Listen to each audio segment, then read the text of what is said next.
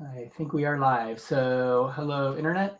We are a couple of Gauntleteers, and we're going to play a game that is in development by Alex Roberts called For the Queen. And thank you, Alex, for allowing me to have access to it for a little short time before it gets out there in the world.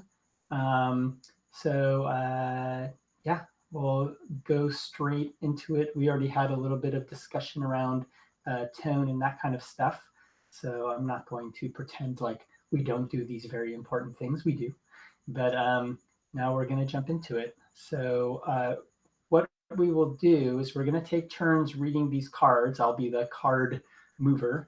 And the order that I see at the bottom um, maybe is me, then Ryan, then Lou, and then Lauren. So maybe we'll do like that order. Does that work? You guys seem kind of the same thing. I don't know if you guys do. Okay. I'm not seeing anything like that, but I can roll with that. Okay. Okay. Well, I'll be like the order keeper. So if for some reason anybody gets lost, I'll be like, okay, it's your turn. All right. But I will start, and then it's going to be, and I'll write this in the chat. But it'll be me, then Ryan, then Lou, and then Lauren. Okay, I didn't really type it that well, but that's okay. All right, so I'm going to read the first card, and then I'll just hand it off, and I will kind of flip through the cards as we go. So go around the table clockwise, taking turns reading these cards aloud.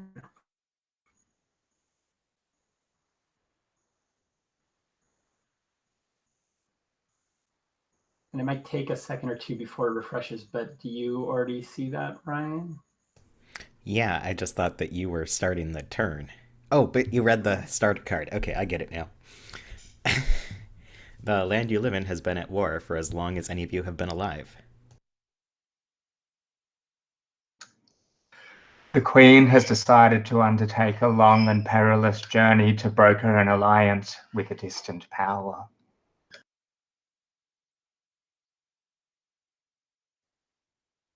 The Queen has chosen all of you and no one else to be her retinue and accompany her on this journey. She chose you because she knows that you love her.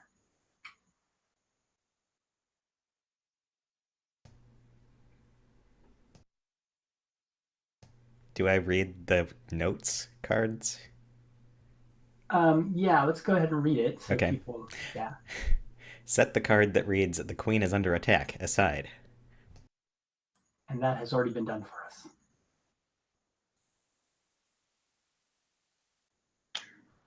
Shuffle the cards and place them face down in the center of the table.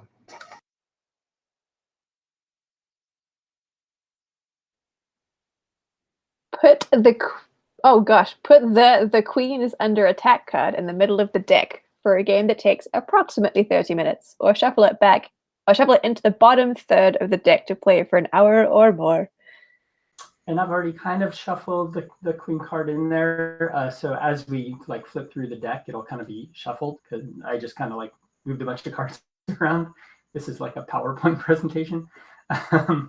Um, but I kind of did it somewhere in the middle. So this is under the 30-minute. Uh, we'll see how long that lasts. Just like Follow Magic can be a one shot,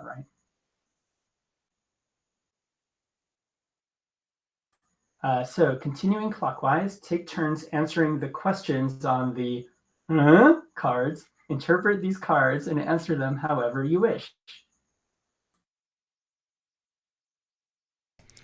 Other players may ask you questions or make suggestions on your turn, but whether you answer those questions or include those suggestions is entirely up to you. Place the X card somewhere everyone can easily reach it. And what's cool about the actual deck too is that like the next card is a card with an X on it. So it's actually like built into the deck.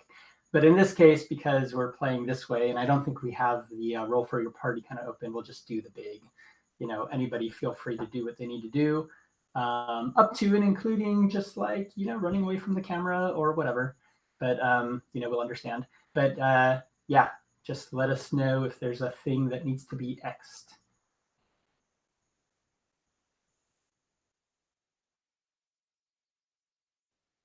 If you encounter a card or an answer that you don't want to be included in the game, tap the X card. That content is removed from the game.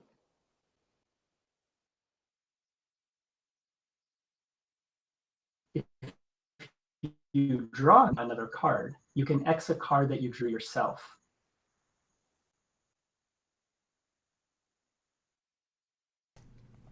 You can also pass on your turn. To do so, give the card you drew to the next player and say, I'd like to hear your answer to this question.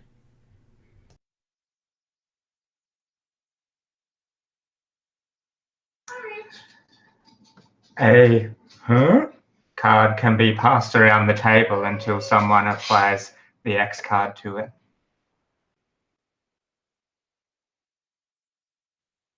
Continue answering, passing, and Xing questions until the Queen is under attack card is drawn. And at that point, we're going to each answer the question, and then the game is over. The next card says, whoever wants to can draw the first card. But I'm going to just, if it's cool, Ryan, are you cool to draw the first card? Fine, I can be on the spot, sure. Yeah, let me thrust you right here into the middle of the stage.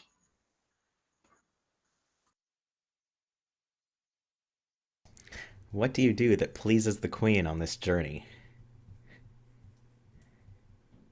Dang, that's a hard one to start on. Not that I'm sure there's an easy one to start on.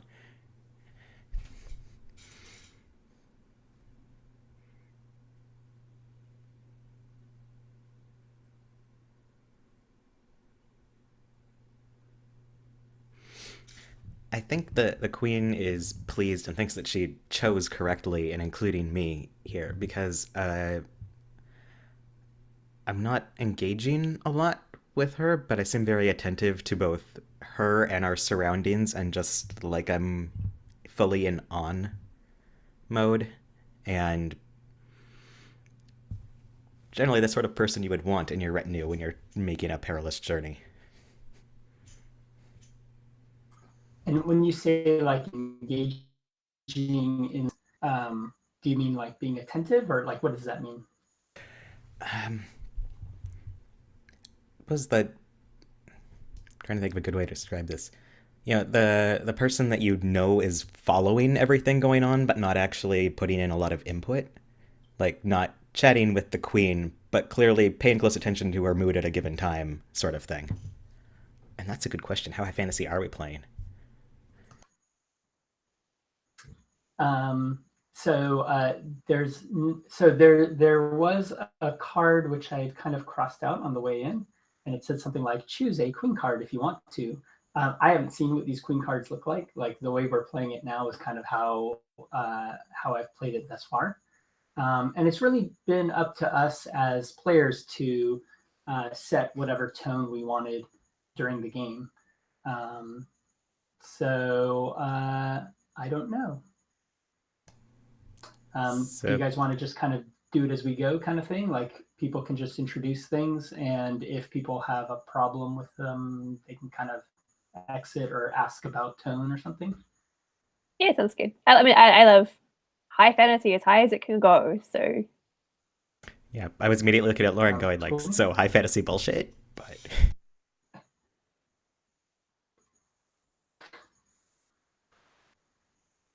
All right, I'm going to knock out the next card, and I think it is Lou's turn. The Queen touched you once. What about the memory of that will stay with you forever?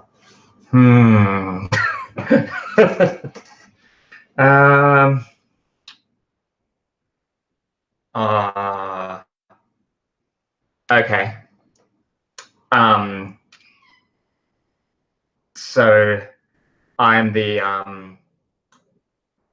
like the bard, like the musician in this procession that we've got going. and I think the queen, I think it might have been an accidental touch, like, you know, this like years ago now. And but it's that classic thing, if the queen touches you, they have to remove that part of your body. So I think I only have like half of my my left hand now. Like, she kind of lost control of the situation and touched my hand in a fond way, but then through tradition, I now only have half of my cord hand. Yeah. How do you feel about that? What about that? Stay with you forever. I think it's surprisingly a badge of honor. Not many people have been touched by the queen, so even though it was painful and debilitating and challenging to continue to play my instrument, it's actually somewhat of a like high status thing to carry around with you. Yeah, I feel good. I like having half a hand. Of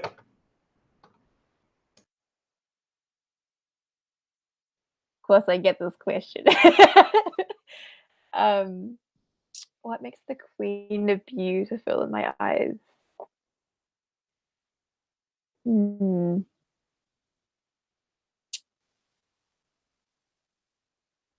I think there are many beautiful things about our queen. Like, I get the feeling there are numerous bardic songs about like her grace and poise, regardless of how graceful and poiseful she is. These are the songs that we sing about our queen. But I think the thing I find the most beautiful about her is her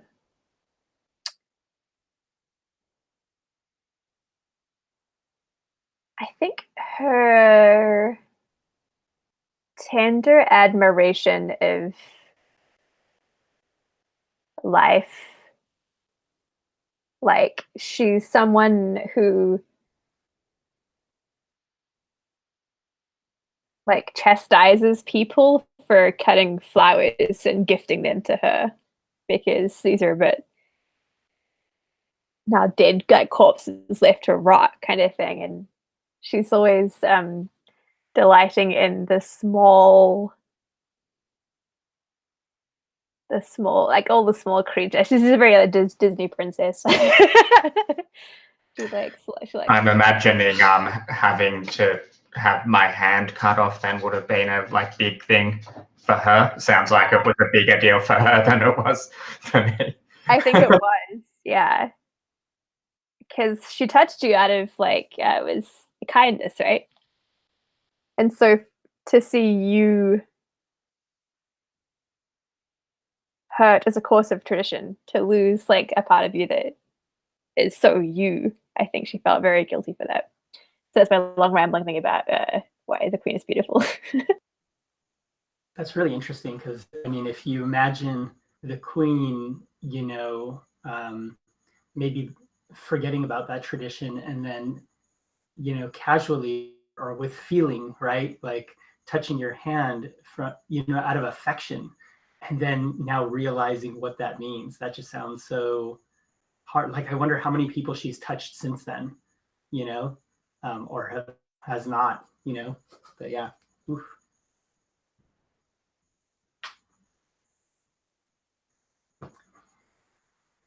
All right. What brings out the queen's cruelty?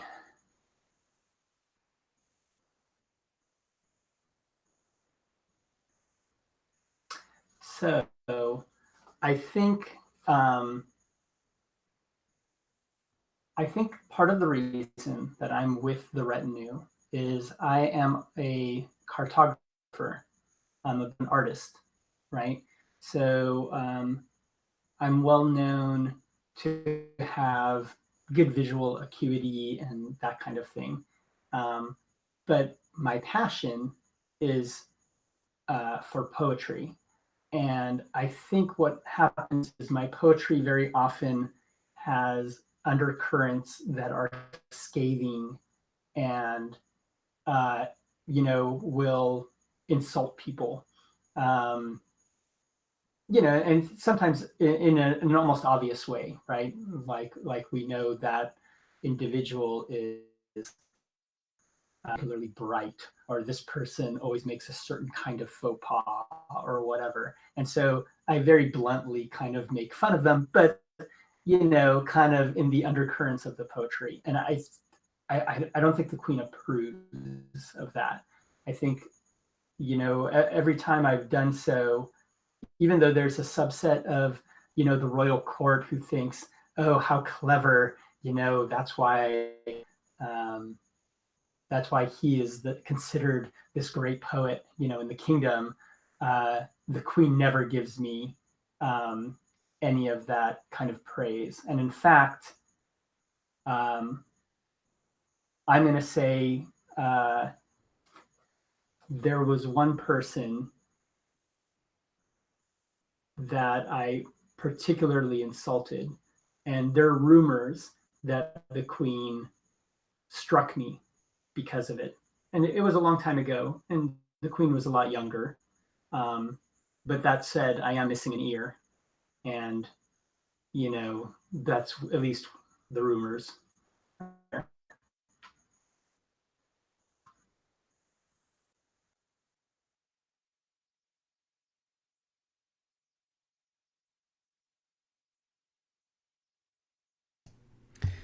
You think of someone in this retinue as the Queen's favorite. Who? What makes you think this?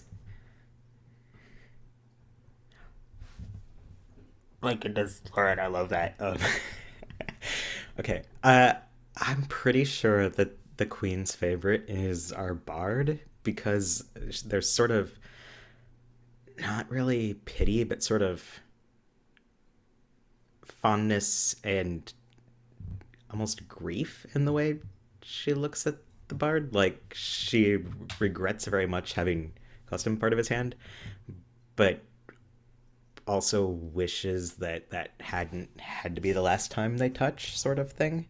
And I know that she's never touched me and probably never will, and I'll probably never be quite so graced as the rest of our party to be missing parts of me. But but yeah, it looks like she wishes she was closer than she is. And I'm not jealous.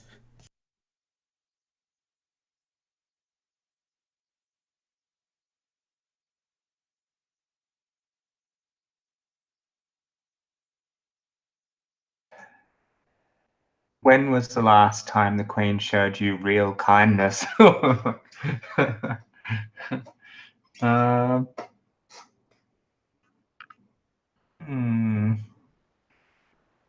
I think following on from what Ryan said, I think it's she's always been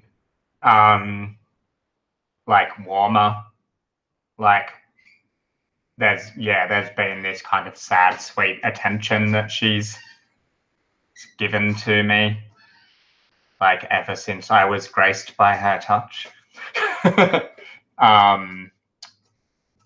Yeah, but when was the last time she showed me real kindness?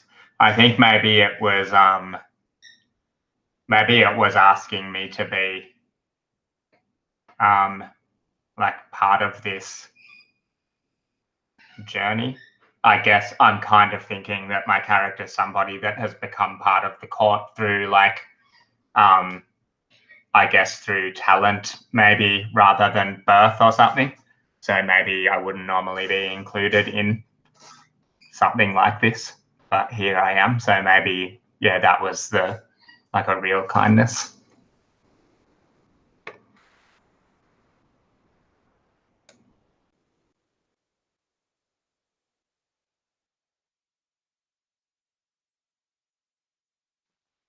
Queen trusts you, but no one else in the royal court does. Why?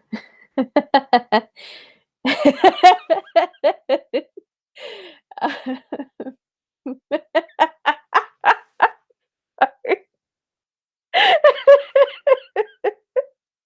feel like I have to do it. Oh god damn it. I told myself I would stop making out in games, and it is a rule I That's gonna help you to stop. Yeah.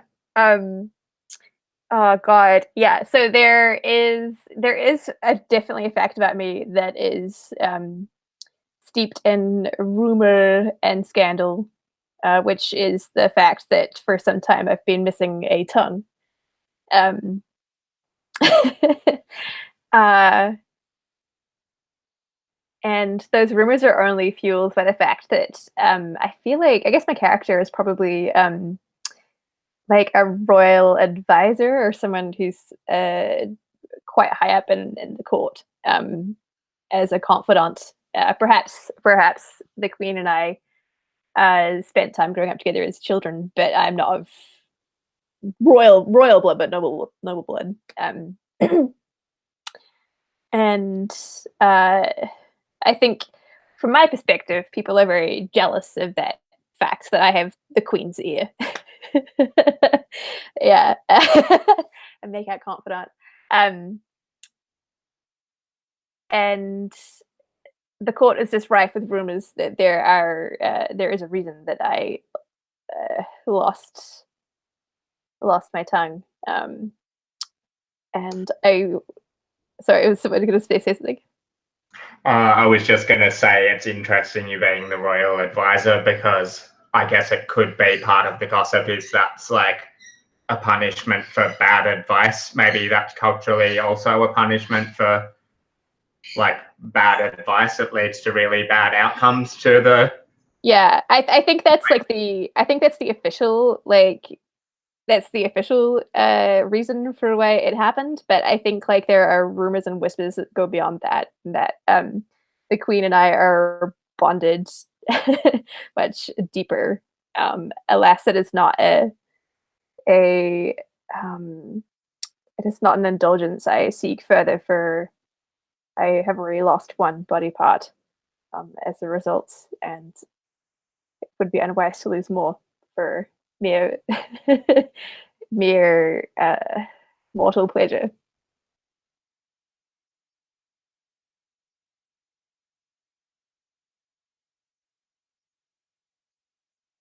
You saved the queen's life once. How?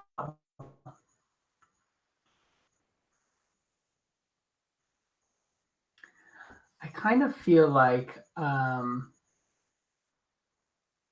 this question doesn't fit me. So I'm going to pass this card to Ryan and ask Ryan if you can answer this card. Now, again, by the rules of the game, you can either answer the card and then we'll just continue and Lou will draw the next card, or you can pass the card as well. And if it does pass in a full circle, then we just discard it. And, but yeah, I'd like to see how you answer this. I think I'm the only Armored Knight type in this party, but I also think that I'm the least interesting person to answer this question, so I want to pass it and say that, but how would you answer this to our bard?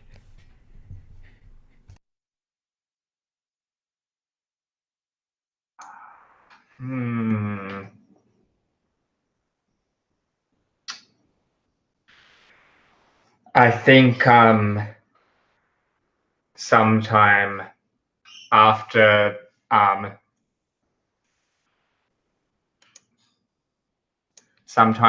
my hand had been partially removed, I think I was kind of asked to come to the Queen's chambers at night to probably play her like, sweet lullabies or something, help her to, maybe she can't go to sleep without music. And I think that I was running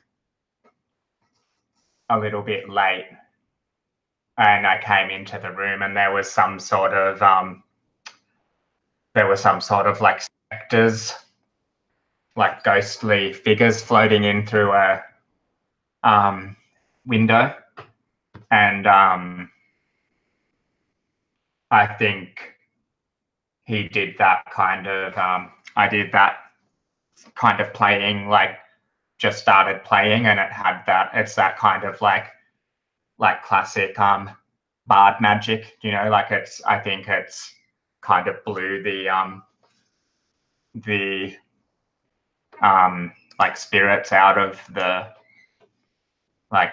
window, and maybe was able to stop them. I think maybe from my eye, there's been some sort of like a sigil or something, yeah, like over the window, so they can't come back in.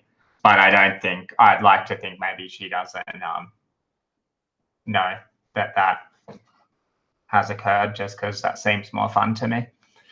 Is Maybe there she anybody else who would have seen it, or was it just you by yourself? I mean, other than the queen, maybe not knowing.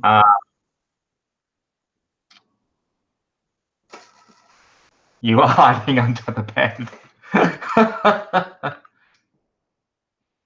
Yeah, I like that, and I also like maybe that we get a little glimpse of you know, that classic, like the robed hooded figure from behind, and they're doing like some magic, and you can tell that they're able to see out of these spirits' eyes, like whoever it was trying to summon these creatures also saw what I did. Bard magic.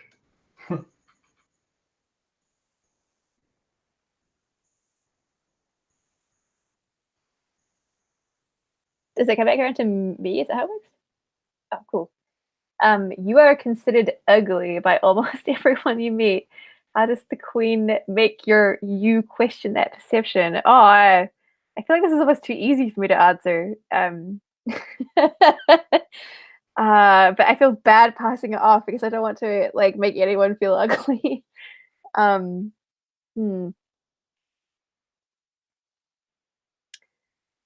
I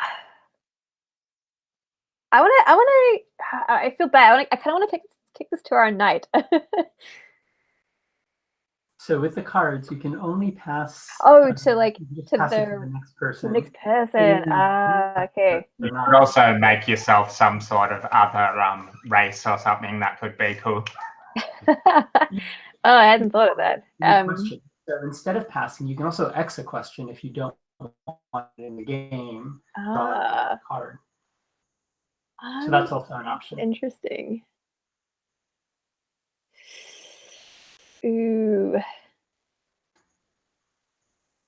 But I would say, as far as being concerned about giving somebody a card saying that they're ugly, I wouldn't worry about it in the sense of, you know, like, one, I trust all of us, but also, you know, everybody can pass it along. So if nobody wants to answer it, it'll just end up being dismissed, and we'll move on to the next card.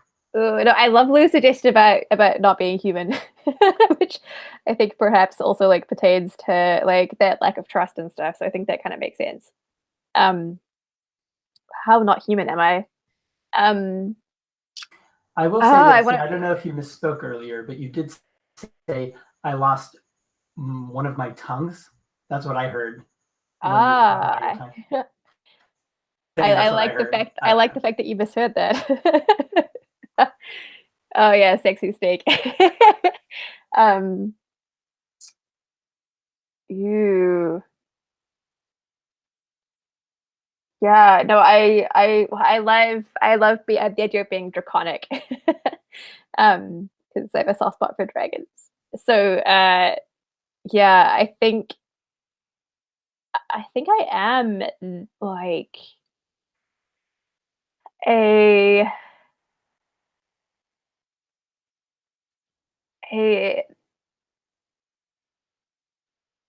okay, sort of yeah, like a draconic figure, kind of like born of like slate, I think. I probably have horns and skin that is it's warm to the touch, but it feels like flaky marble. um, and my eyes like probably smolder with like orange ambers, and it's not a particularly trustworthy look. Um, and yet, I think on those rare nights that the Queen and I can steal some time away together, I never feel ugly in her presence, only treasured and valued, but also very dangerous.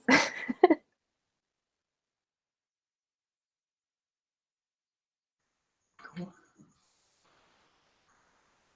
The Queen is responsible for the death of someone you loved. Who and what happened? Oof.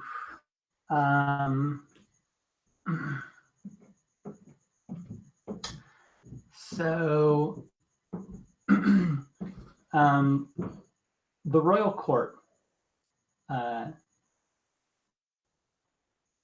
they from reading and writing and those kind of arts,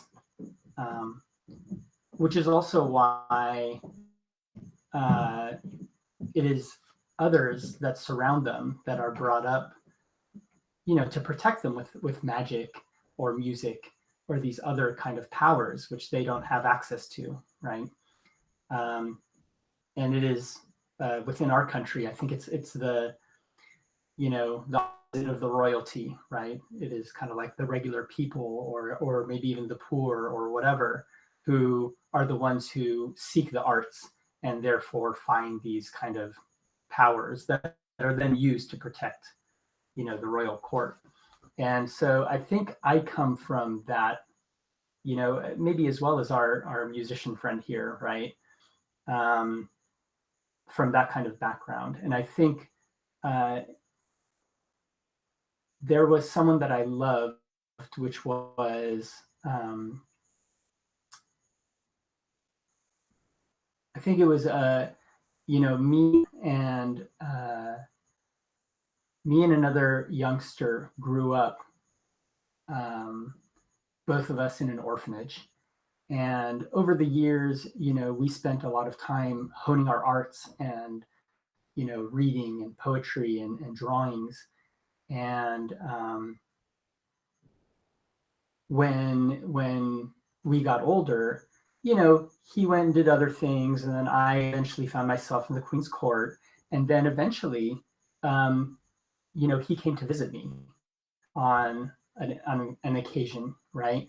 And we'd never professed any kind of love or anything like that, but during I would see him, and this was one of those moments where it's like, oh, I get to see where he's been. Is he with somebody? And like all those kind of like internal feelings, like moving around and all of that. And I think when he came to visit, he walked into kind of like the palace, or the royal hall there, and I saw him from across the room, in my head, like I'm sweating, my hands are sweaty, and I'm thinking about embracing him and running across and saying hi. And at that moment, the Queen, entered the royal hall, but she tripped and reached out and hit him in the chest. And my heart sank, and the rest is a blur. I don't even remember what happened. Just the next thing I know, he is no longer alive.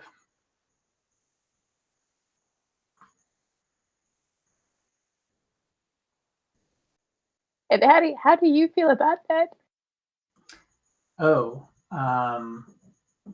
I don't think I try not to say anything or think it, because I think, if I think about the queen in that way, there's a part of me which immediately, like, I start to sink into, my poetry and my art and my magic. And, I feel darkness swell up inside me, and want to take control. And, it makes me want to destroy her, right? And what she is, and the harm that her and her kind cause, right? But I think I've kind of like, uh, I try to close off that part of me, to prevent that from happening. But I think there are times when I go into my art and, I conjure things that are dark. Um,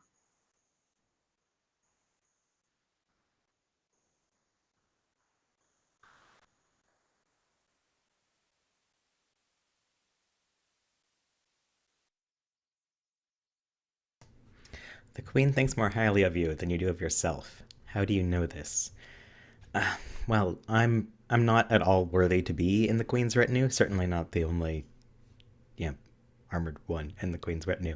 Especially given that I think my species is uncommon in the area. I'm sort of like a rocky, not giant thing, but kind of like stony orcish kind of person. I am not a sexy tree person, Lauren. I'm a sexy rock person. and,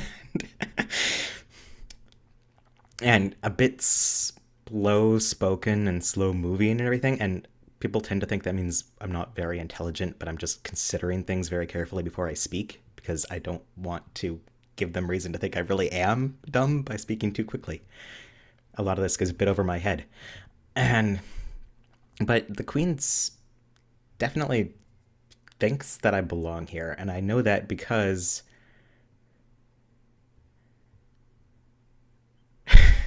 sorry, I was going, we live in Latveria, what the heck, Lauren? But now I get it. um, because she did choose for me to come along on here, and I'm not, marked by missing body parts the way the rest of her retinue is, and clearly they're very important to her. I think I'm relatively young, as this group goes, but she seems to have a lot of faith in me and feel fairly confident with me. She hasn't been questioning my lead so far.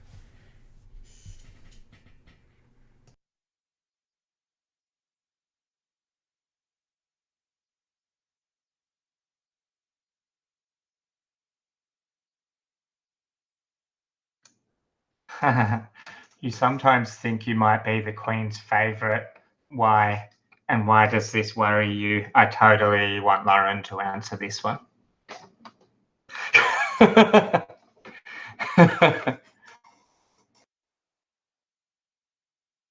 Oh man.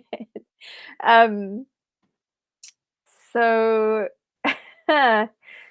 um, sometimes I think I might be the queen's favorite because she whispers this to me late at night when she and I are wrapped up in each other's arms. um, and I do cherish those times because she's one of few people in my life who sees me for the beauty that I have, not that I have any beauty. However, it worries me because not only is this tryst incredibly dangerous and could result in me losing much more than just my tongue, uh, I the queen has been becoming increasingly more entitled and rash with the time that we steal together. Yet I do not know how to dissuade her or tell her that we best keep things secret. She's our queen, and I honor her nightly.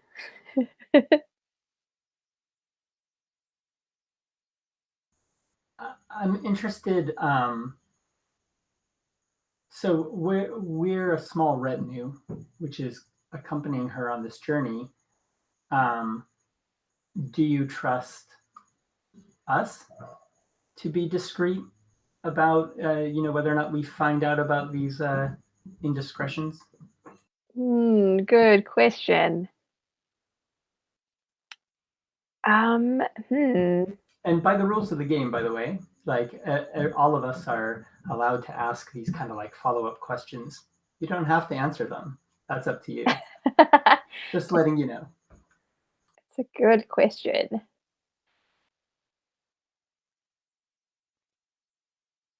Ah, I think perhaps I do. It's probably like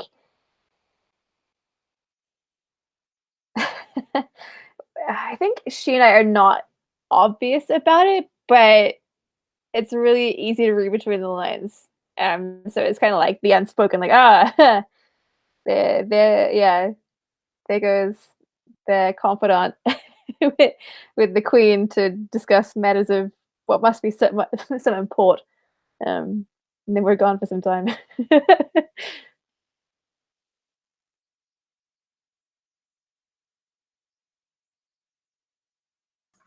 Aha.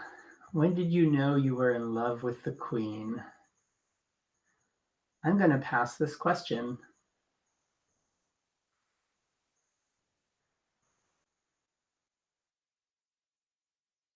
Deciding if I want the question or if I want to see how far we can pass this along. Um, I think I'm not totally sure when I knew so much as that it was sort of a growing realization I did. And by the time she chose me for the retinue, I knew that I definitely loved her, but in the sense that I was never going to tell her. I mean, I'm going to do my best to protect her, of course, and I follow her above all else, but it would be so inappropriate for me to ask her to react to that in any way. That's my problem and not hers, and I'll bear it alone. Are you jealous?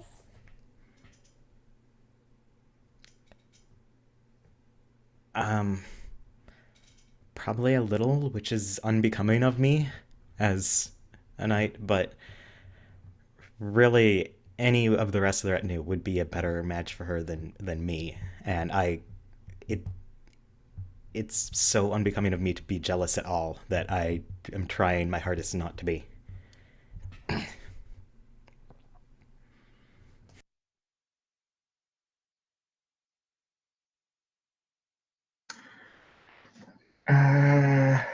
You suspect this journey isn't just about diplomatic negotiations. What else do you believe is going on, and why?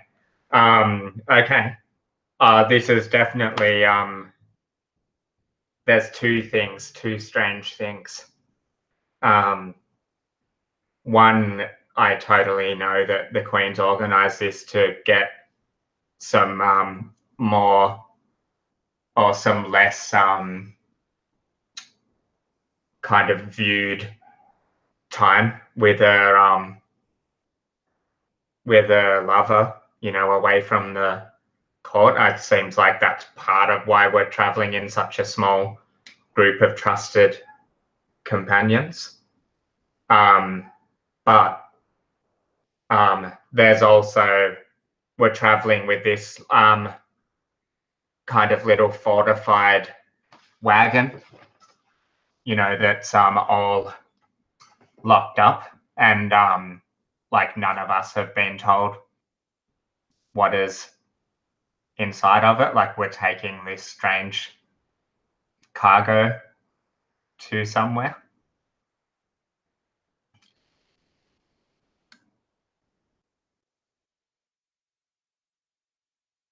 Yes, it's dogs with bees in their mouths.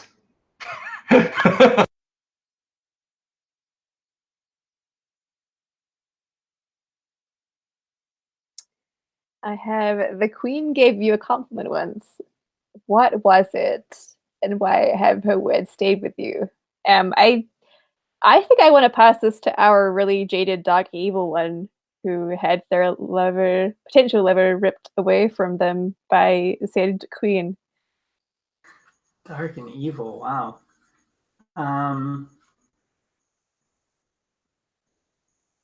I think yes. It was a little time. So I think after that event where I lost my love, I was a little bit out of commission for a while. I think my mood had shifted very significantly, and I still had responsibilities to the court. So I still was doing, certain drawings and map making and magics. However, I think I took a turn and started writing kind of like secret poetry, right? And it was definitely very different from any poetry that I'd written before. Or maybe that's when I started writing poetry. I'm not sure. But it was sometime after that, there was a poem that came out and became very famous and widespread. I don't think I spread it. I think somebody found it and it circulated. And then they found out that eventually it came out that it was mine, and it was the poem that summarized my feelings about specifically about that event and about the Queen. And in that, I treasonous, right? Like in my mind, the way I wrote what was in there, how, and it's not so much that I would, it wasn't, you'd have to read between the lines, say anything about like killing the Queen or whatever. It was more, about changing forgiveness, but really it was about changing, the structure of our entire society. Our society is built around, in a sense, worshiping this royalty, like working for the royalty, right? And their golden touch, right? And I think she misinterpreted the poem. Like in my mind, it was about doing whatever I have to get rid of this horrible place that we're in, whatever I have to, up to and including killing the Queen. In my mind, that's what was going on when I wrote it. But she thought it was a poem that kind of was about forgiveness and forgiving her for what was done. So when she finally found out that it was me, she thought she was reading into it correctly. And she gave me this compliment like, you have the most forgiving and strong in a person, right? And I just know that she did not understand the poem at all. But there's a part of me that I see her say those words to me, right? Like, why have those words stayed with you? Like, one, I see those words as she's saying them with all that genuine emotion and feeling. And there's a part of me which thinks, like, oh, I mean, there's a part of her that has this genuine, like, warm feeling, but I don't have a problem with her. It's something else, right, that I have a problem with, which is more systemic, right? And so, the words also chill me to the bone because no matter how nice she wants to be, it's irrelevant, right? So yeah.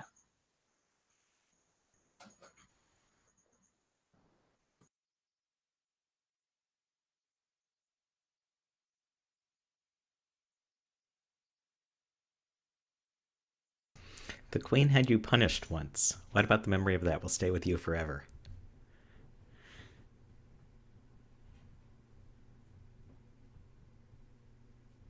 And nothing's coming to mind real quick, so I'm going to pass it along.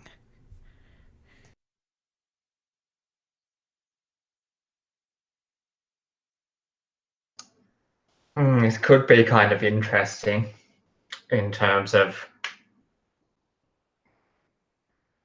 what could I have been punished for? And I wonder if this was before or after. No, let's pass it to Lauren.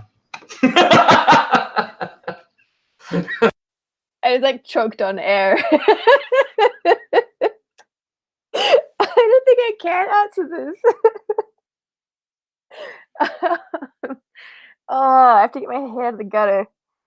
Um. Oh. Hmm. What could I do?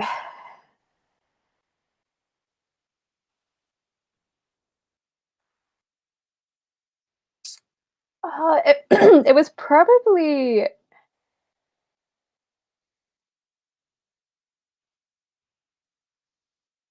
ooh.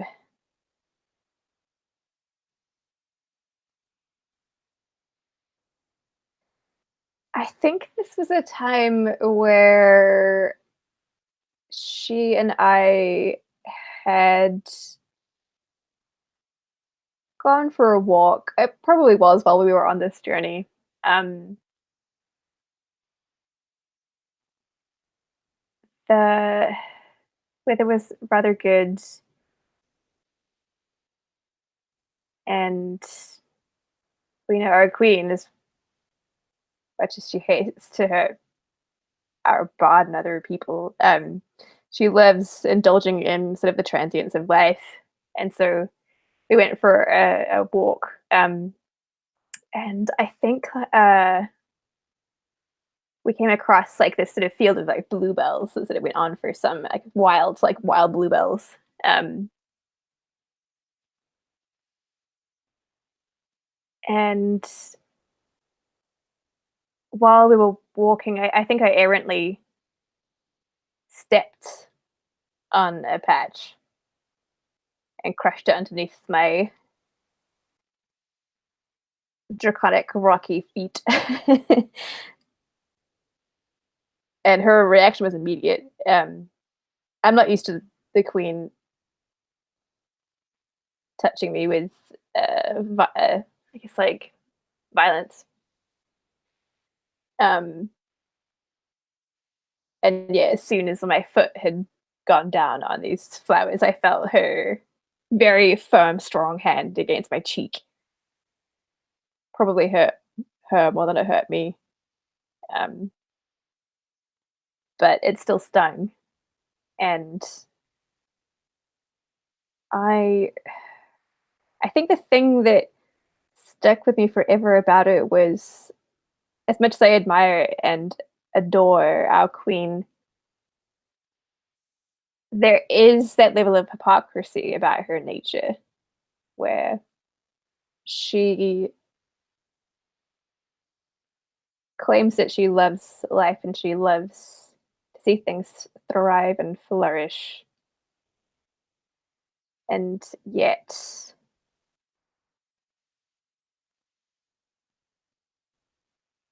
often I don't see that manifest in her court for the people that reside there.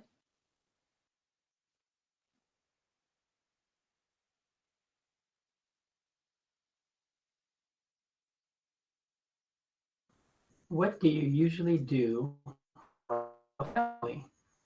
And why is that a likely choice for this journey? Um,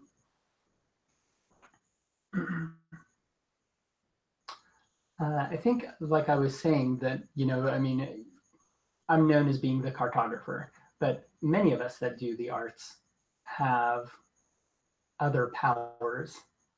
And um, I also have powers that are often used to protect the royal family. I don't think before the queen was the queen. Um, I think I was actually, found to be particularly strong in some of these arts, in making protections against a certain form of, you to the kingdom, right? Um, and uh, I think from like a certain plane, right? It's a certain kind of like weird, and I happen to be very, very good at making the protection charms, and for protecting us against them. And in fact, it was maybe uh, the last king's queen, so like the great grandparent of this person, that of this queen, that was killed by one of these, right? And so I've been tasked with protecting the royal. And so they're a little bit paranoid. I mean, honestly, like I've maybe had to slightly intercept one of these weird creatures, and really they weren't even on their way to the royal court. They were kind of heading somewhere else, but I just kind of made sure they took the long road, right? But just because one of their ancestors was killed by one of these weird astral beings, they're kind of like super scared of them. So I didn't think the royal family would allow me to, like, out of the court, to go on this journey, but they did. And I don't know, there's a part of me which wonders, like, how that was negotiated or by who. I don't know.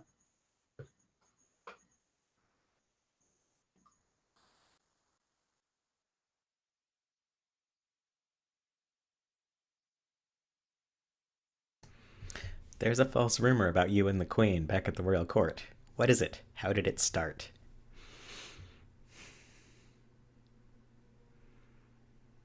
I think the fact that I really don't have enough background and accolades and stuff to justify my being part of the retinue has started the rumor that I'm only along because the Queen is terribly fond of me or something, which is wildly inappropriate. I would never presuppose that much. But you also can't tell people that, no, I have no special, connection to the Queen and everything. Because, yeah, there's the, does the Queen particularly love me? Am I perhaps like the Queen's illegitimate child or something? There's so many variations. They're contradictory. They don't even make sense in the context of each other. But I am very uncomfortable about them because, well, yes, I do love the Queen. There's no way I'd ever act on that, and it's just, it's a little insulting, honestly, because I take my work very seriously, and I wouldn't, and I don't know why people think that I would.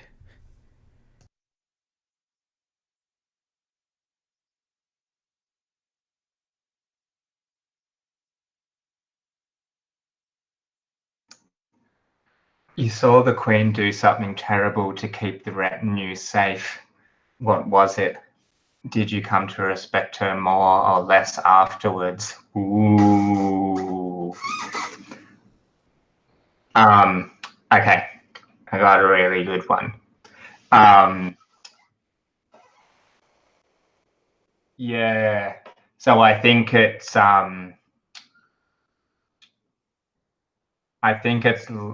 late at night, and wonder what sort of journey this is that we're on.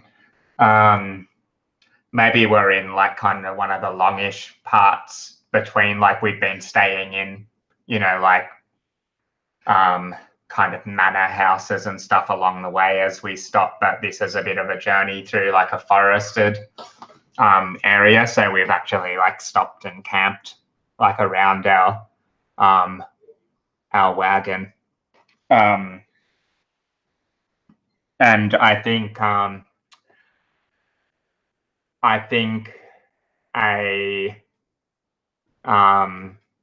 bandit comes into the camp with like a loaded crossbow at night and is kind of pointing it at everyone and like freaking out, and the Queen is noticeably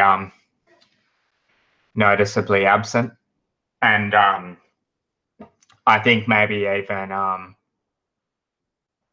let's say it's one of those cool like it's like a triple barrel crossbow. It's got the little like rotating. I think he actually like he's maybe shoots like me in the leg or something.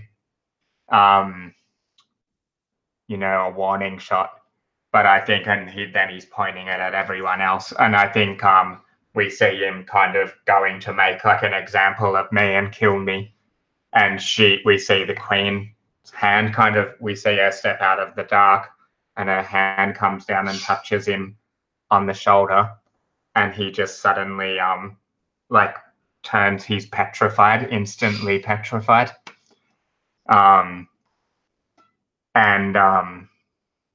I think this has like been part of this is part of the myth of this family, like why they're not meant to touch, that their touch is like instant death, but maybe it was something that our ancestors were known to do, and it was thought to be just a tradition still. So I think seeing this kind of does add more respect to that whole story about her not, that it's not just some like stupid tradition about them not touching people, that there's actually like some sort of real power and magic there. Yeah.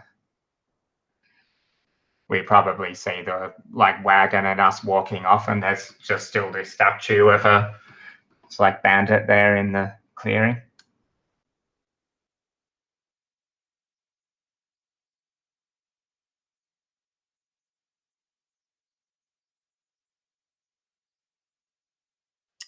What did you bring with you that further endangers the queen? I really want to pass this to Pose. I want the storyline play out. No. Oh, I know what it is.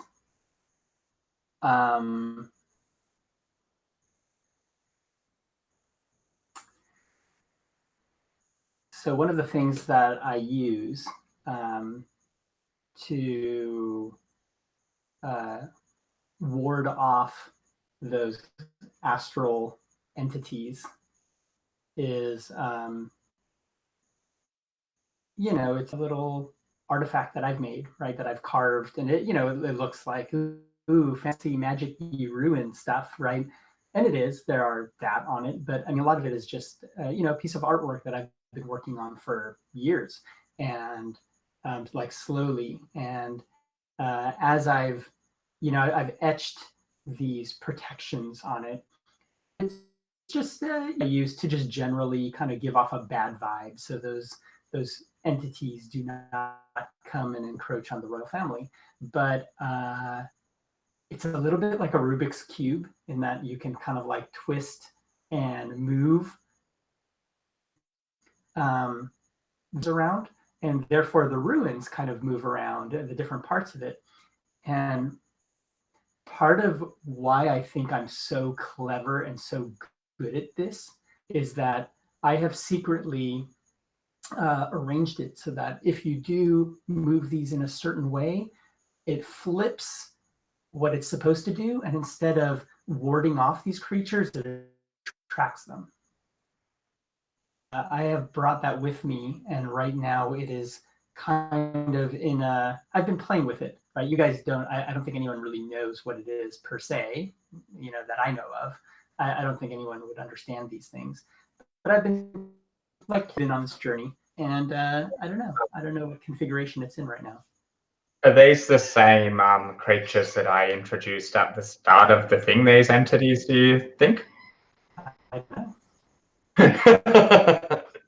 I'm starting to wonder who the shadowy figure that we saw at the start was, like messing with it. Time will tell.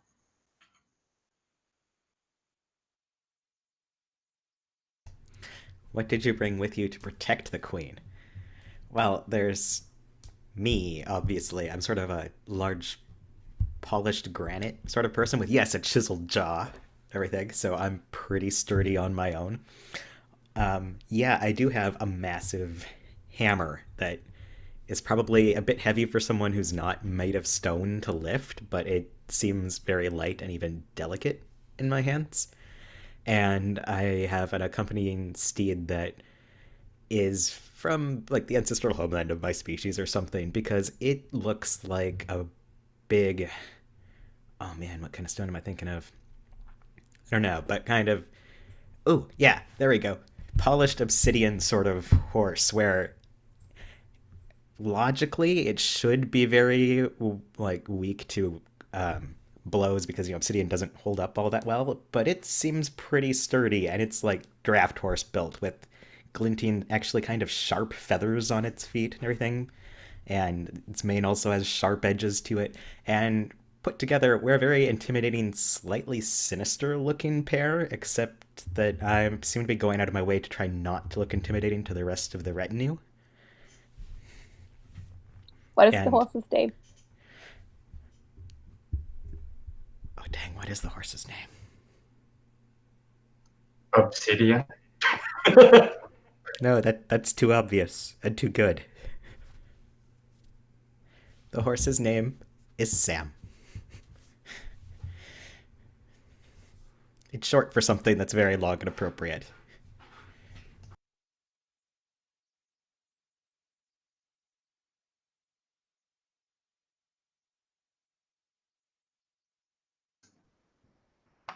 The queen lights a fire in you.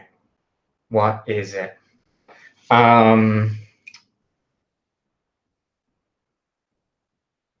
think it's that she's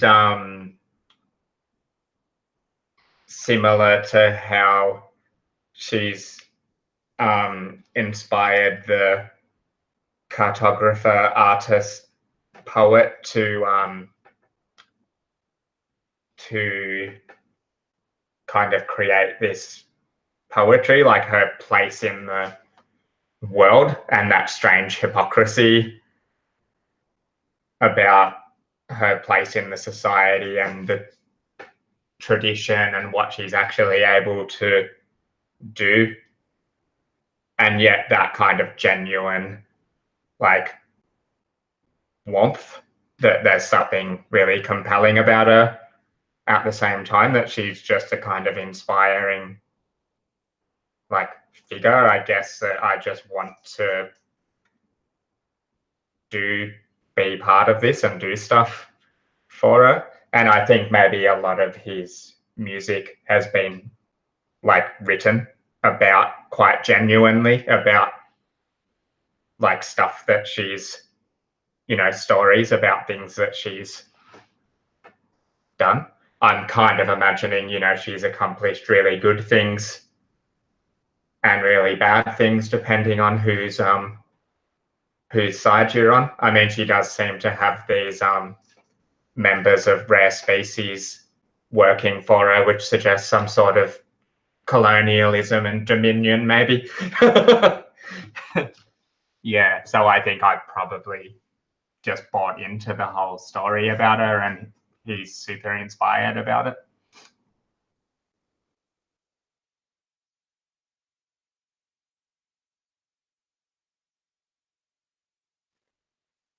What brings out the queen's kindness? Interesting question. Hmm.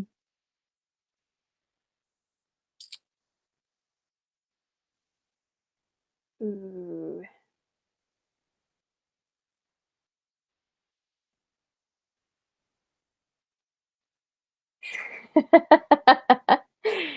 um, I. Ooh. Ooh, no, I like this. um,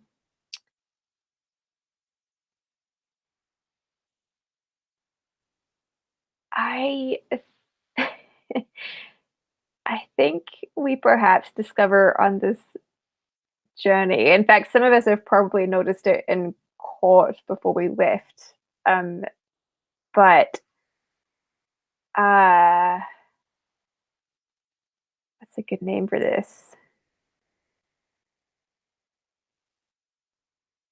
I think fire brandy brings out the queen's kindness. Like she gets a one or two drinks in her and it just sort of like sets her whole like spirit alight. Yes, it's a pun. And her cheeks go like this rosy red and she just lets like the biggest grin on her face, and you know that's like the sweet spot where you can sort of ask her for any sort of favor or a song or yeah, like a sing along together, and that's when she's the most amenable.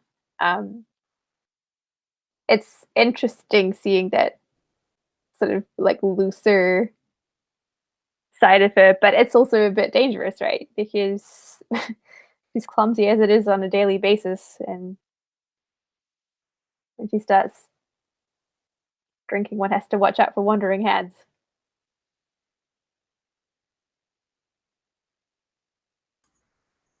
I love that. I think I get very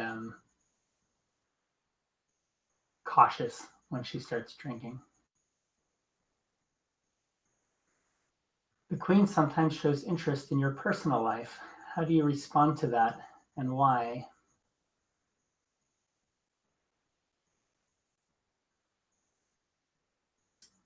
So ever since that incident, which by the way, I'm convinced that she was drinking just before that incident, but ever since that incident, um, maybe she felt a bit guilty here and there.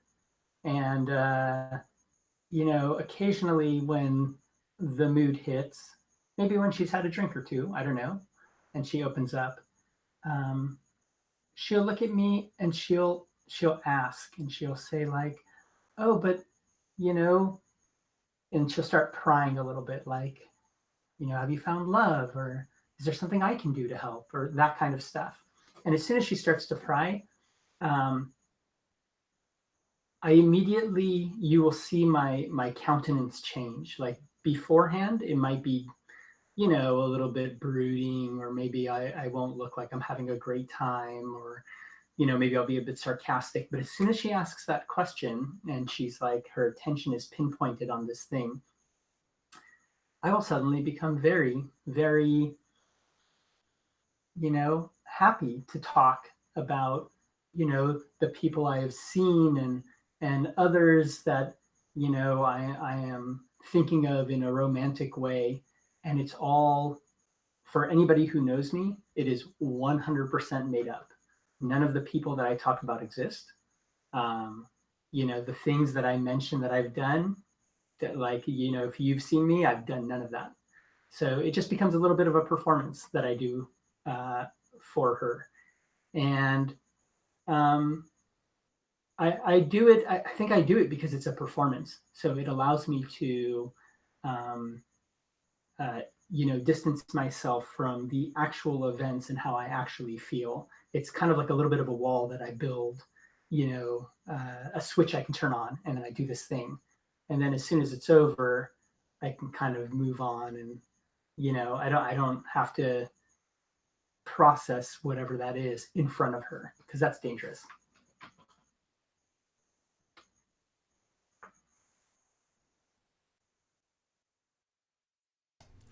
What makes the Queen ugly in your eyes?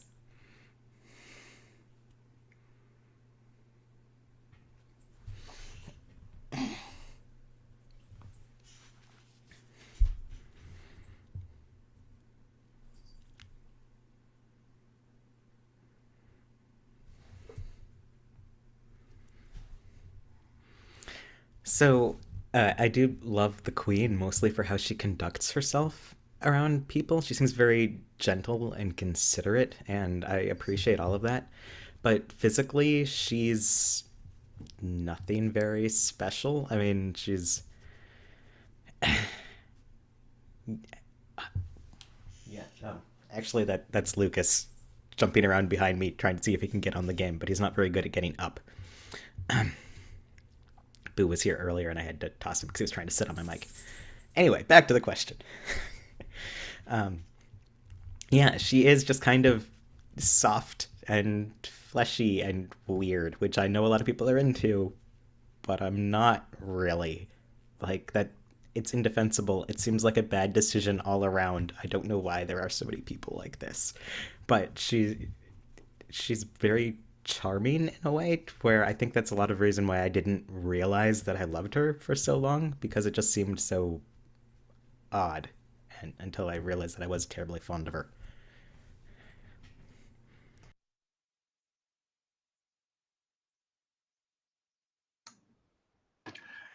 Whoa, there is someone else in this. This is just getting out of control. There is someone else in this retinue you love besides the Queen. How and why are you keeping it a secret? I'm going to skip this one. Actually, I might X card it. There's already enough love triangle. Right. Then we'll, next, I think you get to draw just a new card. Sorry if anyone else wanted more love triangle. Why are some others at the royal court jealous of your relationship with the Queen? I'm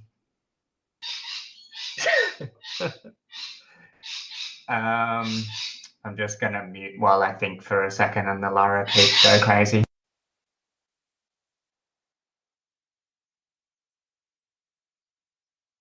And hopefully, we're doing good. I'm very positive. I shuffled the final card somewhere here. It should be coming up any second. But is everybody good with time? Like quick time check. I'm good. Okay. I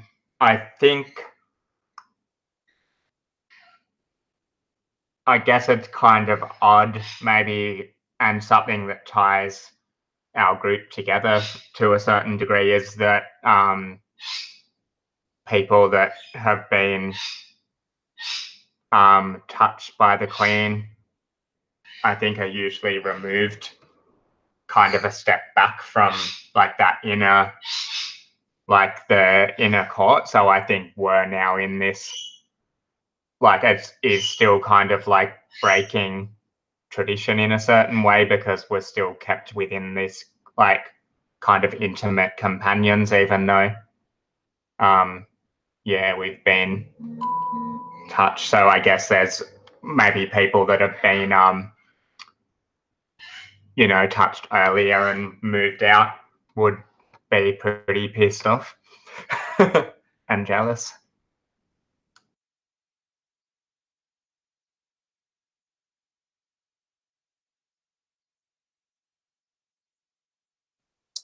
Oh, the Queen knows something about you that no one else does. What is it?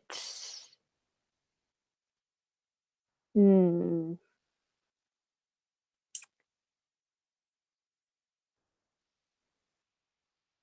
Ooh.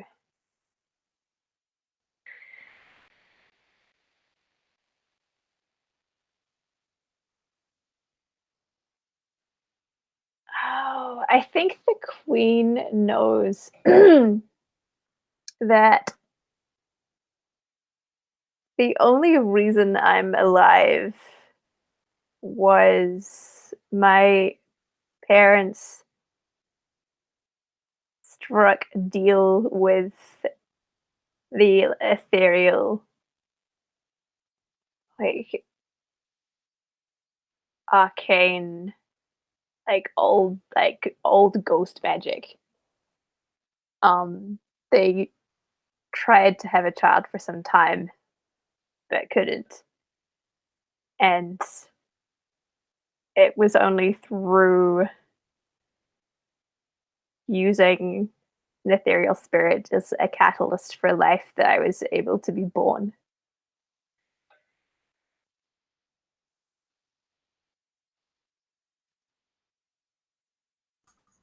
And you know this too?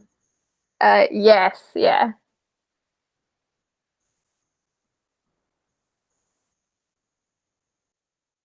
Sorry, is this something that like is there any stigma around this? Is it something that's kept a secret, right? Yeah. Yeah, I think this is very much kept a secret. Well, I guess if these are the same spirits again that have been known to like kill members of the royal family in the past as well. Yeah, exactly. With them. Yeah. Yeah, that's where the element of like, keep your friends close, keep your enemies closer.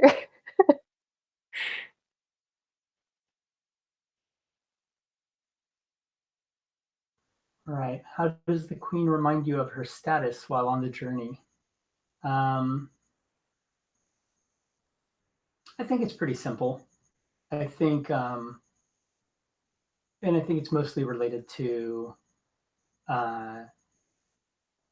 touch. I think in fact most of the royal family wears particularly interesting architected clothes, right?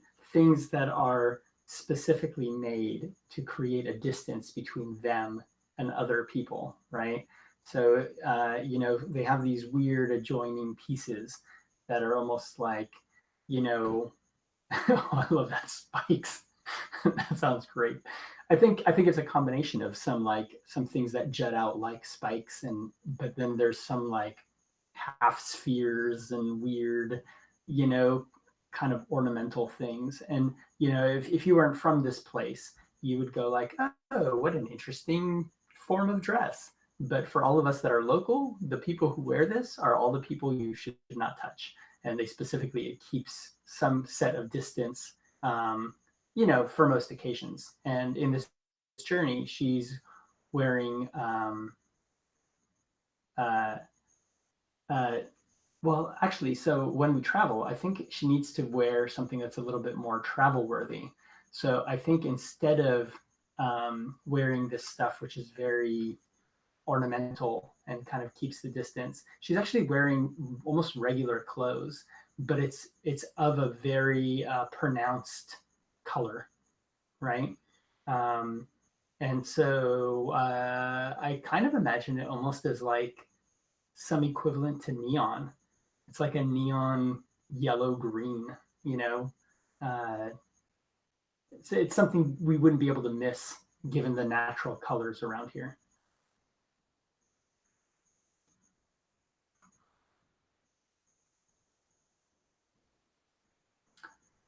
Okay, so we've just picked up the last card, and Ryan's going to go first here. But we basically, the card is, I'll let Ryan read it, and then we all will answer this question one after another. The queen is under attack. Do you defend her? Of course I do. Do I need to describe how or why, or just the yes? I don't know if it says too much about that, so it's kind of up to you. Feel free to describe a little bit of why, or you can just answer the question. And yeah. I think I'll just leave it at the of course I do then, because I think you can imagine well enough for the slab person with their giant hammer attacking people. One option in this, depending on how you guys feel, because we don't know what this attack looks like, right? Maybe each of us can give some element of what we see. Like, what is this? Yeah, I don't know.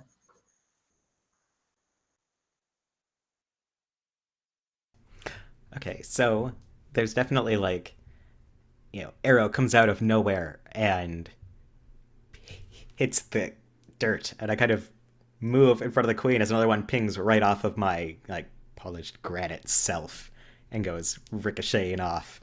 And you can see me grab my hammer and start to head in the direction of the arrows. Someone is gonna get smushed. While that's happening, I think there's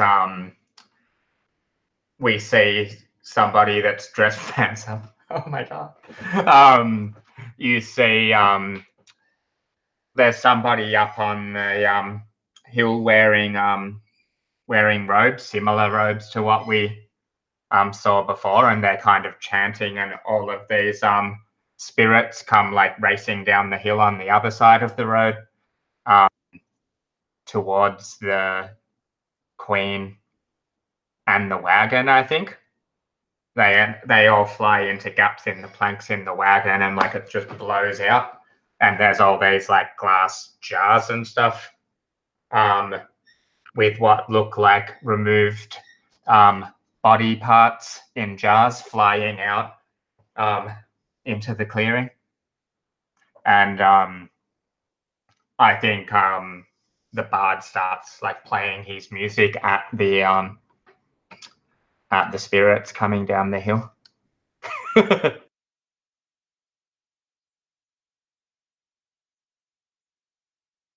So I think we see like the wagon just explodes, right, with like this dog power. And I think like when the smoke and the ethereal darkness and the dust settle, there's my character, the confidant, like very much like wrapped around the queen with this very instinctive like ethereal power, like a sort of bubble shield around us. Um, so I do defend her, but it is at the cost of revealing my true nature.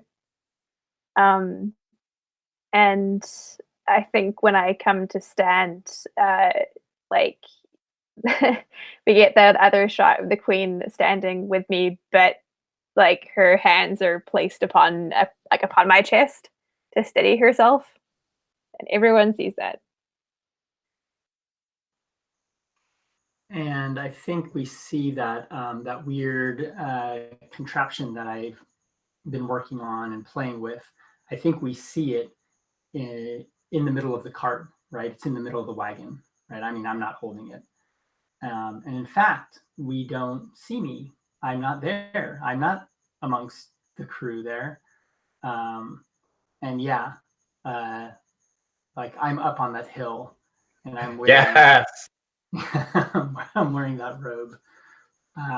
So no, I am not defending her. And that's the end of the game. Yay! You're all amazing. That was great. I don't know what you guys want to do.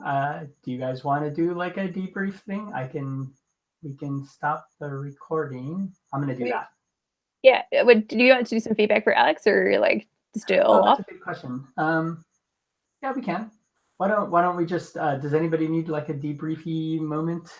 Yeah, I just need a couple of minutes to go pat my child and make sure she's got water and food and is looked after, and I'll be back. Sounds good. Cool. All right, I'll leave it recording, and we'll take a couple minutes, and then we'll reconvene.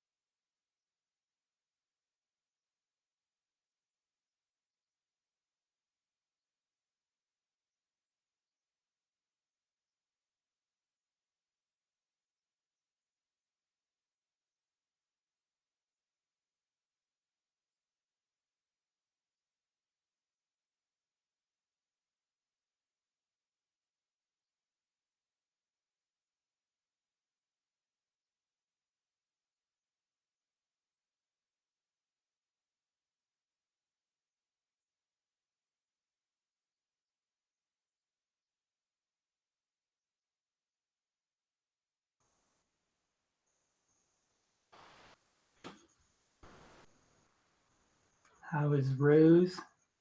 She's good. She's ready to go back to school tomorrow. She just had a couple of days off. She was sick over the weekend too, but yeah, she's almost better now.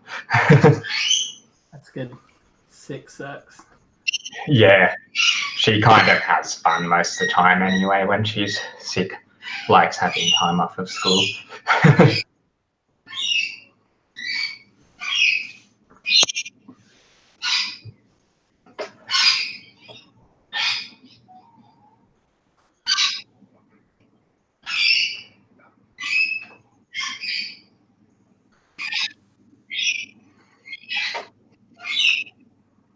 So one of the things that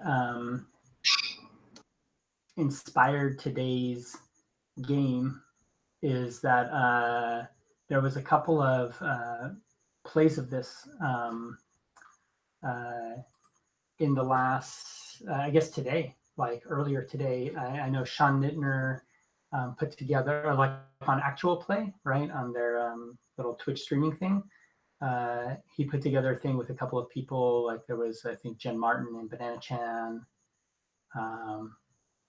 I forgot who else, because I'm almost like confusing it because it turned out they had already done another one earlier. I don't know if it was today or recently, where it was also on Actual Play, and it was Sean and Jen running it with Jay, Matt Jay, who's in the Gauntlet now, and another girl. I don't know her name. I don't know her by name, but so like I was watching a little bit of that, and then I was feeling like I want to play a game, and so and I was just telling Haley in the Slack that I've kind of weaseled myself a copy, and so like look, I printed it out on index cards. I'm gonna take that to cons, but then when we kind of decided to do this thing, I just threw them into like that little, whatever PowerPoint slides.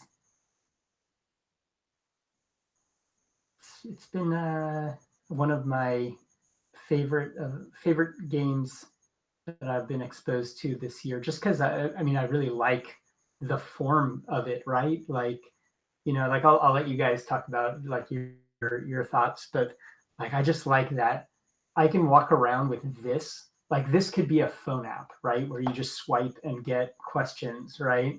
Like you could play this game in line. If you're in line for like an hour for some show and you're with your friends, you could like play an RPG, right? Like that's yeah, be a good train game as well.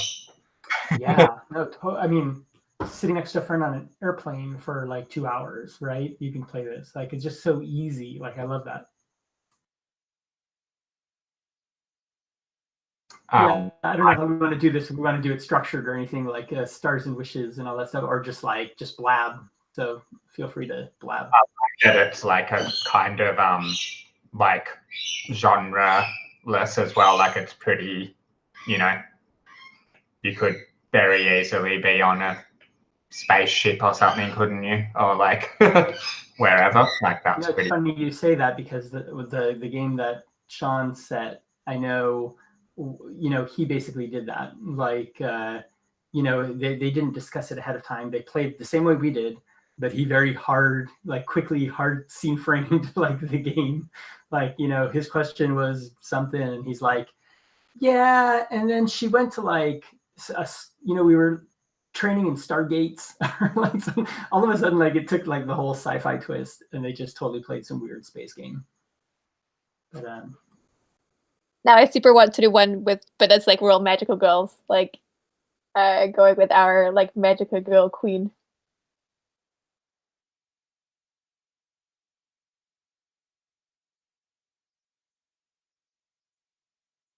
I play the exact same character, but has a transformation sequence where they turn into, what is it, like Rhodonite or something, where it's sparkly pink.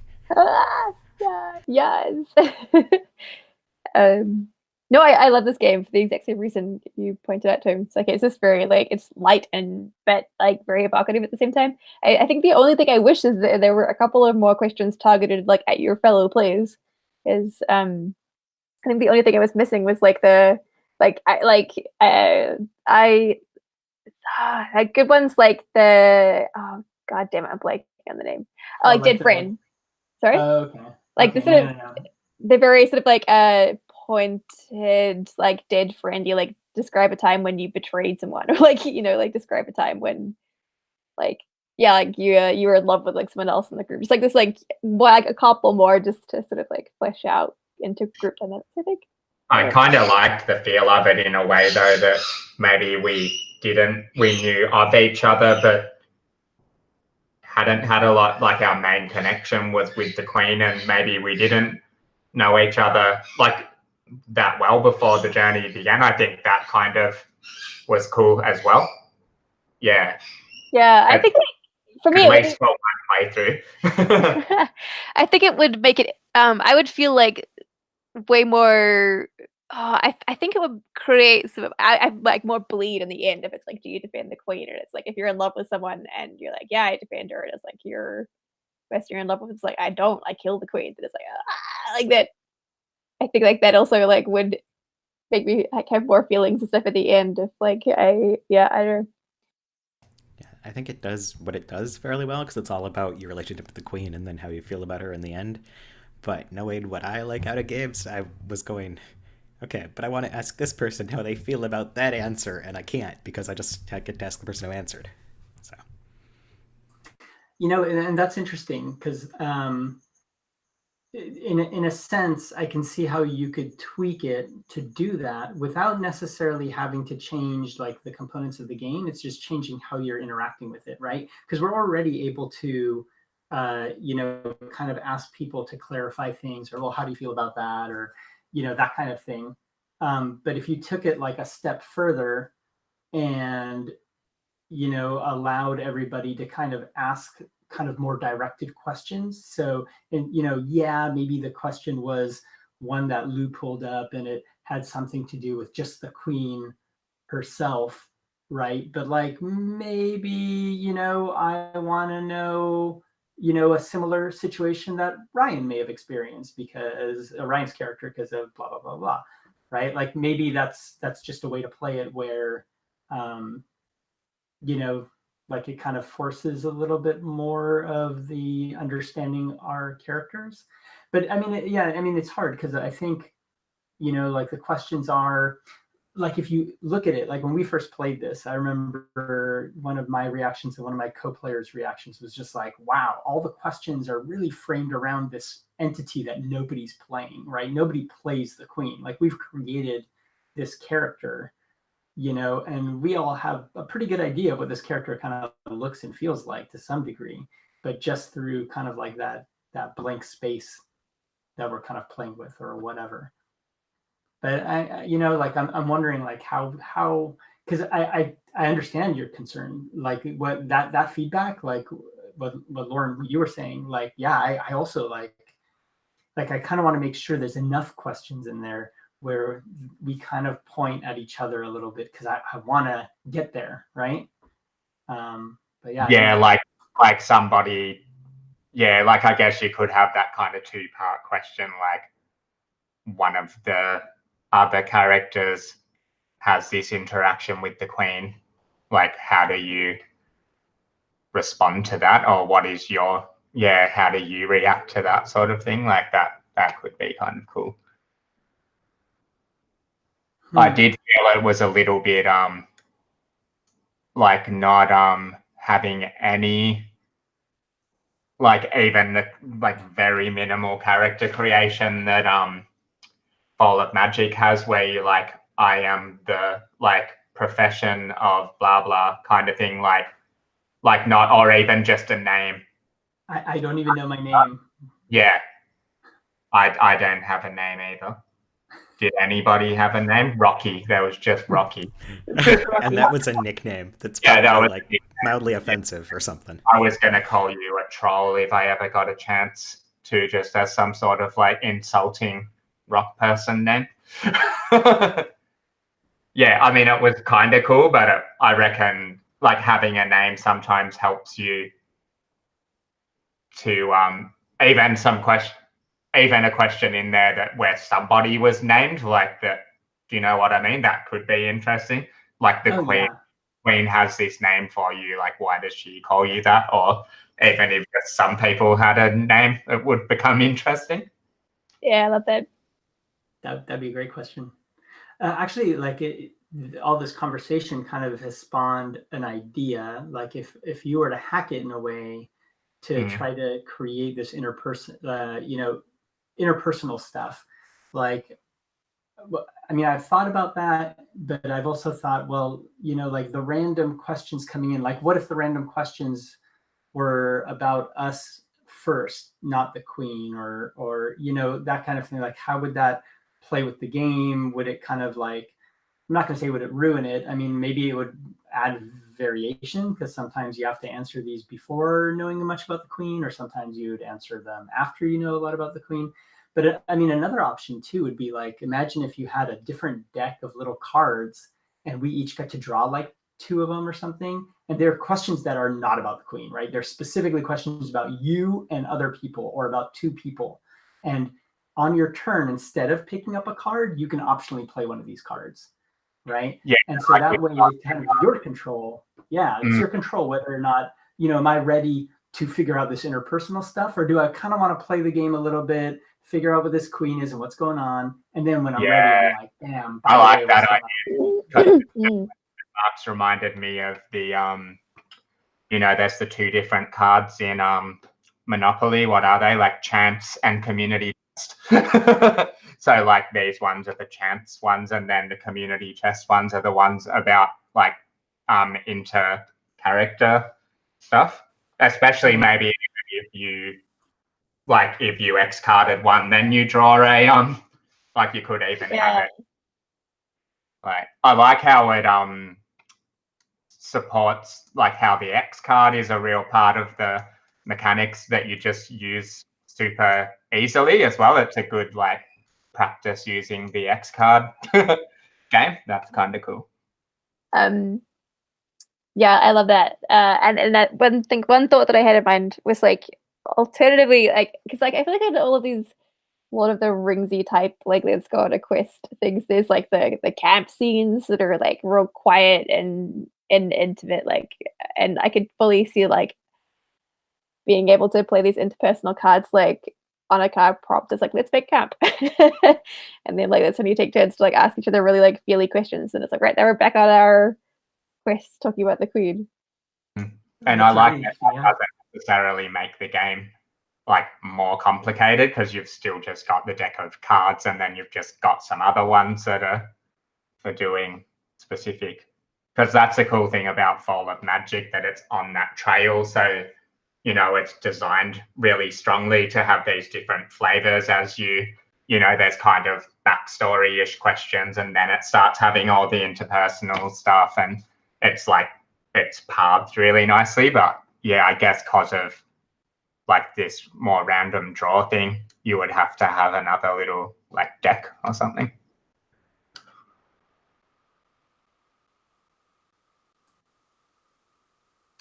Yeah, I'm listening going, I'm not sure if adding stuff would dilute it or make it a longer game or anything, but also I would be so excited to see how those would work with it, because I enjoyed this, but it is a very abstracted experience because I didn't know very much about any of us for most of the game.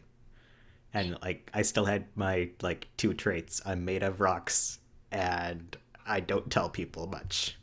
Yeah, I've got half a hand, and I play music, and I have a complicated relationship with the Queen, which all of us had as a a thing, I guess. Yeah, I reckon just even having a name would be cool.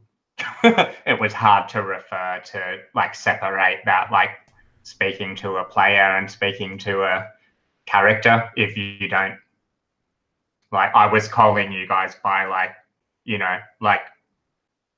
like the knight, the lover, and the cartographer. That was how I was thinking of people. It's interesting too, because when you put it that way, it's like this inherent classism baked into this game where you have this queen and we're all nameless servants.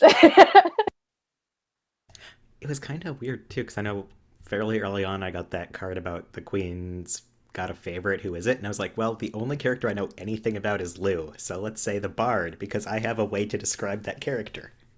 Because really there'd been no reason to give background on the others, and I was going, suddenly I have to know something about them. I like that I she can't was. just say, well, because Lauren's a sexy tree person, I figure she'll roll with it. Yeah. But I like that she about was like whispering to Lauren's character that she was the favorite as well. That was like kind of cool. Like a lot of the things did work out where, sometimes, when you're watching a show and you're like, that's a bit heavy handed and dumb. And then later on it like pays you back and you're like, that's why they were doing the the thing there. Like there were a few moments of that for me, and then it did kind of like repay that like suspension, like suspending your doubt about it a little bit. Yeah. I do think it's interesting that the game is not as written. I mean, obviously we ended up, I think, playing closer to an hour and a half, and I didn't shuffle it too far down the deck. Like there was probably a good other, I'm guessing like 15 or 20 cards or something. So, but like it was still a short experience, right? This is not Follow Magic. This is not even like most of RPGs that you play in a face-to-face or online way to be 3 to 4 hours, right, minimum. So like adding some of those other elements, like in a way, it changes and dilutes the game. Like if you want the game to be, if it's for the queen and it's about the queen and it really is kind of about us creating that space, like, okay, as it stands, I don't have any kind of complaints about it. But if you wanted to make it kind of a little bit more about, wait a minute, who am I and who are we and how do we relate to each other? And we want to kind of flesh that story out a little bit more. Then I kind of like the idea of those tweaks that you can kind of introduce as extra stuff. I would almost want to start with this so you get that, like that element of the queen being so central to the plot, and why we're all here. But then, a little bit of those extra things would allow us to kind of, yeah, like you said. I mean, if one of those cards was a little bit of like a, kind of like a card that forced, I don't know, force maybe a strong word, but like would have people introduce themselves, right? Or have somebody give themselves a name or some other kind of stronger element, right? So it's almost like the cards that we can pull for ourselves are the ones that give voice to our character against this constant, we are nobody except for how we relate to this person, right? I don't know. I did really like the like we're all traveling with the queen, we all love her, we're on the road kind of thing, compared to the Fall of Magic. I reckon could almost do without the starting area, because it always feels super, most of the time it's really hard to get from to why you're all suddenly traveling together, like because of that first area. So I kind of like this, that it's just like we're on the road, we all love the queen.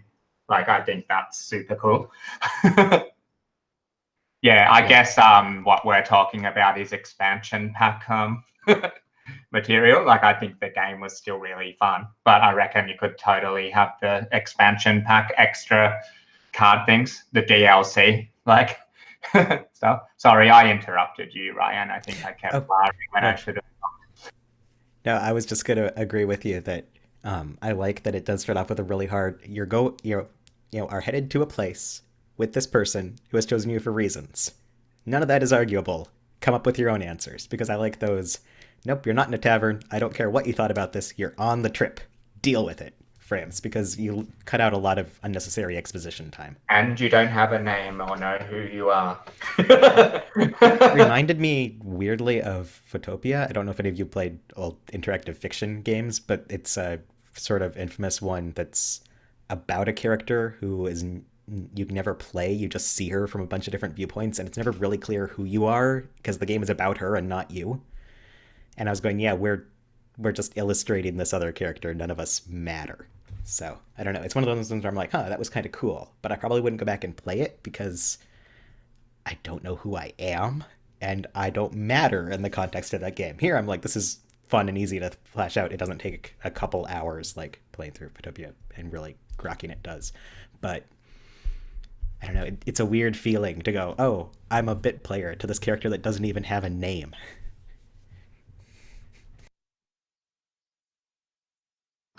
Totally. Yeah, it's almost like the story that comes out of it at the end is basically the story somebody tells about the queen, right? And the queen's cartographer and the queen's dragon friend. Like, who are these people? It's kind of irrelevant. They're just part But of the in the story. retelled, it's probably just the rock person moved subtly or kind of nodded, and then we move on, and maybe there's cut away to my narration of my thoughts, but there's never any spoken dialogue. Lovely. Love it. All right, cool. It is 12:30 a.m. here, so I'm gonna go to sleep. Thanks for doing that, man. That was really fun. Yeah, thanks much for running it. It was fun. Oh yeah. Yeah, it's Thanks fun. for You guys showing, are man. creative geniuses, and you always make me stretch my creative brain muscles, so I appreciate it. Yeah, it was lovely to play with you all. Yes, much love. All right, I will. Oh, let me hit the stop button. Goodbye.